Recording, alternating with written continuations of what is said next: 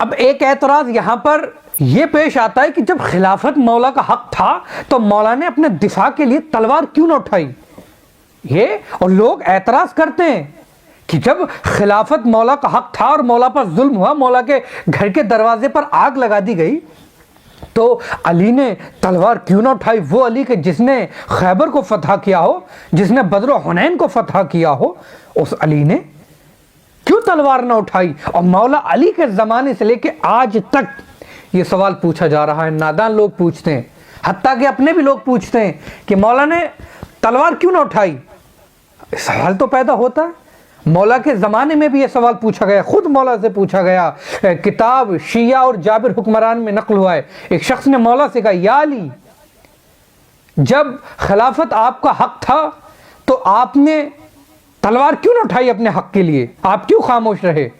مولا نے کہا کہ میں نے ان کے خلاف تلوار نہ اٹھا کر 7 انبیاء کی سیرت پر عمل کیا ہے۔ مولا نے کہا، نمبر 1، میں نے غاصبین فدق اور خلافت کے غاصبوں کے خلاف تلوار نہ اٹھا کر میں نے اللہ کے نبی جناب نوح کی سیرت پر عمل کیا ہے۔ مولا نے سورہ قمر کی آیت نمبر 10 پڑھی۔ مولا نے کہا کہ فدا ربہ انی مغلوب فانتصر۔ جناب نوح نے کہا، پروردگار عالم، میں مغلوب ہو گیا ہوں، پس تو میری نصرت فرما، پس تو میری مدد کر۔ جناب نوح پر ظلم ہوا، جناب نوح کے حق کو نہ پہچانا، 918 برس تک تبلیغ کرتے رہے، لیکن ظلم اتنا کیا جناب نوح پر کہ اتنا جناب نوح پر ظلم کرتے تھے لوگ کہ اللہ جناب جبرائیل کو نازل کرتا تھا اور وہ آ کر جناب نوح کے اوپر سے اینٹ و پتھر ہٹایا کرتے تھے۔ تب جناب نوح نے کہا، پروردگار عالم، میں مغلوب ہو گیا ہوں، میں کمزور ہو گیا ہوں، تو میری مدد فرما۔ پھر مولا نے کہا کہ سنو، میں نے ان کے خلاف تلوار نہ اٹھا کر اللہ کے نبی جناب ابراہیم کی سیرت پر عمل کیا ہے۔ مولا نے سورہ مریم کی آیت نمبر 48 پڑھی، وَآتَذِلُكُمْ وَمَا تَدْعُونَ مِن دُونِ اللَّهِ۔ جناب ابراہیم نے کہا کہ میں تم سے اور جسے تم خدا کے علاوہ پکارتے ہو دوری اختیار کرتا ہوں، میں تم سے دور جا رہا ہوں۔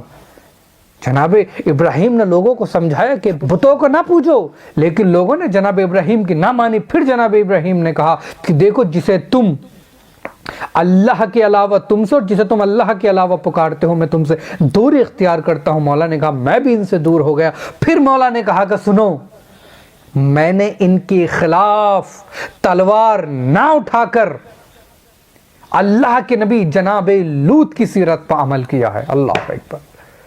مولا نے سورہ ہود کی آیت نمبر 80 پڑھی، قَالَ لَوْ أَنَّا لِبِكُمْ قُوَّةً أَوْ أَوِي إِلَىٰ رُكْنٍ شَدِيدٍ۔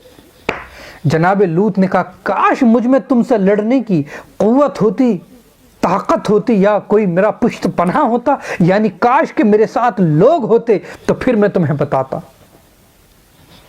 پھر مولا نے کہا کہ میں نے ان کے خلاف تلوار نہ اٹھا کر اللہ کے نبی جناب یوسف کی سیرت پر عمل کیا ہے۔ مولا نے سورہ یوسف کی آیت نمبر 33 پڑھی، قَالَ رَبِّ السِّجْنُ أَحَبُّ إِلَيَّ مِمَّا يَدْعُونَنِي إِلَيْهِ۔ جناب یوسف نے کہا، پروردگار عالم، مجھے قید زیادہ عزیز ہے اس کی نسبت جس کی طرف یہ عورتیں مجھے بلاتی ہیں۔ جناب یوسف نے بارہا سمجھایا تھا کہ یہ غلط ہے، لیکن پھر جناب یوسف نے کیا کہا، پروردگار، مجھے یہ قید زیادہ عزیز ہے اس کی نسبت جس کی طرف یہ عورتیں مجھے بلاتی ہیں۔ مولا نے کہا کہ میں نے ان سے دوری اختیار کر لی اور میں اپنے گھر میں چلا گیا۔ مولا نے کہا کہ میں نے ان کے خلاف جنگ نہ کر کے تلوار نہ اٹھا کر اللہ کے نبی جناب موسیٰ کی سیرت پہ عمل کیا ہے۔ مولا نے سورہ شعراء کی آیت نمبر 21 پڑھی، فَفَرَرْتُ مِنْكُمْ لَمَّا خِفْتَكُمْ فَوَهَوَالِي۔ جناب موسیٰ نے کہا کہ جب میں نے تم لوگوں سے خطرہ محسوس کیا تو میں تم لوگوں سے دور چلا گیا، تو میں تم لوگوں سے الگ ہو گیا۔ مولا نے کہا کہ میں نے جناب موسیٰ کی سیرت پہ عمل کیا۔ مولا نے کہا، سنو، میں نے ان سے جنگ نہیں کر کے، تلوار نہیں اٹھا کر اللہ کے نبی جناب ہارون کی سیرت پہ عمل کیا ہے۔ مولا نے سورہ اعراف کی آیت نمبر 150 پڑھی، جناب ہارون نے کہا، میرے ماں جائے، اس قوم نے مجھے کمزور جانا، قریب تھا کہ یہ لوگ مجھے قتل کر دیتے۔ جس وقت جناب موسیٰ طور کے پہاڑ پر گئے اور آنے میں جب وقت لگا، جب لوگوں نے گائے کو پوجنا شروع کر دیا اور جناب موسیٰ جب واپس آئے آنے کے بعد جناب ہارون کی داڑھی کو پکڑ لیا اور کہا کہ تمہارے ہوتے ہوئے میری قوم گمراہ کس طریقے سے ہو گئی، فوراً جناب ہارون نے کہا میرے ماں جائے، اس قوم نے مجھے کمزور کر دیا تھا، مجھے کمزور جانا اور قریب تھا کہ یہ لوگ مجھے قتل کر دیتے۔ پھر جناب موسیٰ نے جناب ہارون سے سوال نہیں کیا، پھر اپنی قوم سے سوال کیا۔ تو مولا نے کہا کہ میں نے جناب ہارون کی سیرت پہ عمل کیا، ان لوگوں نے مجھے کمزور جانا اور قریب تھا کہ یہ لوگ مجھے قتل کر دیتے۔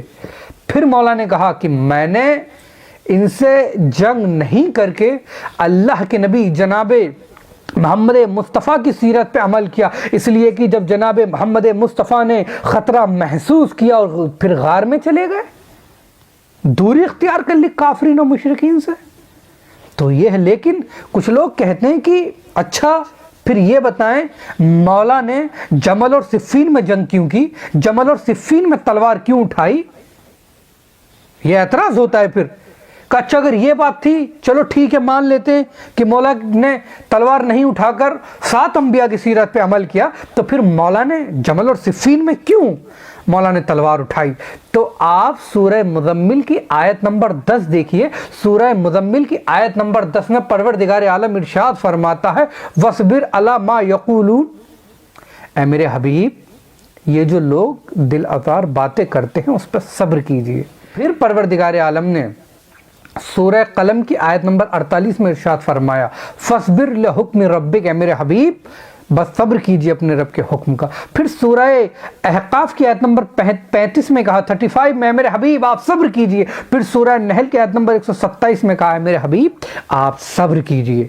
ان 4 آیات میں اللہ کہہ رہا ہے کہ میرے حبیب آپ صبر کیجئے، کیوں؟ لیکن سورہ توبہ کی آیت نمبر 14 میں پروردگار عالم کے تیور بدلے۔ اب آیت میں پروردگار عالم کہتا ہے قاتلہم یعذبہم اللہ بعیدکم ویخزیہم وینصرکم علیہم ویشفی صدور قوم مومنین، اے میرے حبیب ان سے لڑو، خدا تمہارے ہاتھوں سے انہیں سزا دلائے گا اور تم کو ان پر فتح نصیب کرے گا اور مومنین کے دلوں کو خوش کرے گا۔ سورہ توبہ میں اللہ کہہ رہا ہے میرے حبیب ان سے لڑو، اور سورہ محمد کی آیت نمبر 4 اور سورہ محمد کی آیت نمبر 35 دیکھیے، اللہ کہہ رہا ہے میرے حبیب ان کی گردنیں اڑا دو، اے میرے حبیب ان سے جنگ کرو، انہیں مارو۔ سورہ مزمل کی آیت نمبر 10 اور سورہ قلم کی آیت نمبر 48 اور سورہ احقاف کی آیت نمبر 35 میں اللہ کہہ رہا ہے کہ میرے حبیب آپ صبر کیجئے، جو لوگ یہ آپ پر ظلم کر رہے ہیں، آپ کو پریشان کرتے ہیں، اے میرے حبیب آپ صبر کیجئے۔ لیکن سورہ توبہ کی آیت نمبر 14 اور سورہ محمد کی آیت نمبر 4 اور 35 میں اللہ کہہ رہا ہے کہ ان کی گردنیں اڑا دو اور ان سے جنگ کرو۔ اب آپ کسی پڑھے لکھے مولانا صاحب سے پوچھئے کہ یہ بتائیں کہیں تو اللہ کہہ رہا ہے صبر کرو، کہیں اللہ کہہ رہا ہے کہ آپ انہیں قتل کر دیجئے، تو پڑھے لکھے مولانا صاحب آپ کو بتائیں گے کہ مسئلہ یہ ہے کہ جہاں صبر کرنے کے لیے کہا گیا ہے اس وقت رسول اللہ کے پاس ساز و سامان جنگ کا نہیں تھا، لوگ اتنے ساتھ نہیں تھے، اگر اس وقت جنگ کرتے تو لوگ ابتدا میں ہی اسلام کو ختم کر دیتے اور رسول اللہ کو قتل کر دیتے۔ تو اللہ نے کہا میرے حبیب آپ صبر کیجئے۔ لیکن فتح مکہ کے بعد جب رسول اللہ کے پاس ساز و سامان ہو گیا، اللہ نے طاقت عطا کی اور بڑا لشکر لوگ مسلمان ہو گئے اور لشکر بڑا ہو گیا، پھر اللہ نے کہا میرے حبیب ان کی گردنیں اڑا دو، ان سے جنگ کرو اور اللہ انہیں تمہارے ہاتھوں سے انہیں سزا دے گا۔ تو اسی طریقے سے مولا خاموش رہے، اس کی وجہ یہ تھی کہ مولا کے ساتھ لوگ نہیں تھے، مولا کے ساتھ لشکر نہیں تھا، مولا کے ساتھ قوت و طاقت اتنی نہیں تھی، لوگ نہیں تھے مولا کے ساتھ۔ لیکن پھر چلا ظاہراً تخت خلافت پر بیٹھے تو مولا کے ساتھ لشکر تھا، تو پھر مولا نے جنگ جمل میں اور جنگ صفین اور جنگ نہروان میں ذوالفقار حیدری کے جوہر دکھائے اور بتایا کہ دیکھو علی کمزور نہیں تھا، علی سیرت رسول پر، علی رسول کی نصیحتوں پر عمل کر رہے تھے، اس لیے کہ رسول اللہ نے کہا تھا میرے بھائی علی جب تم دیکھو میرے بعد لوگ تمہارے حق کو ضائع کر دیں گے، لوگ تمہارے حق کو غصب کر دیں گے، لیکن اے میرے بھائی اگر تمہارے ساتھ لوگ ہوں تو اپنے حق کے لیے کھڑے ہونا، ورنہ صبر کر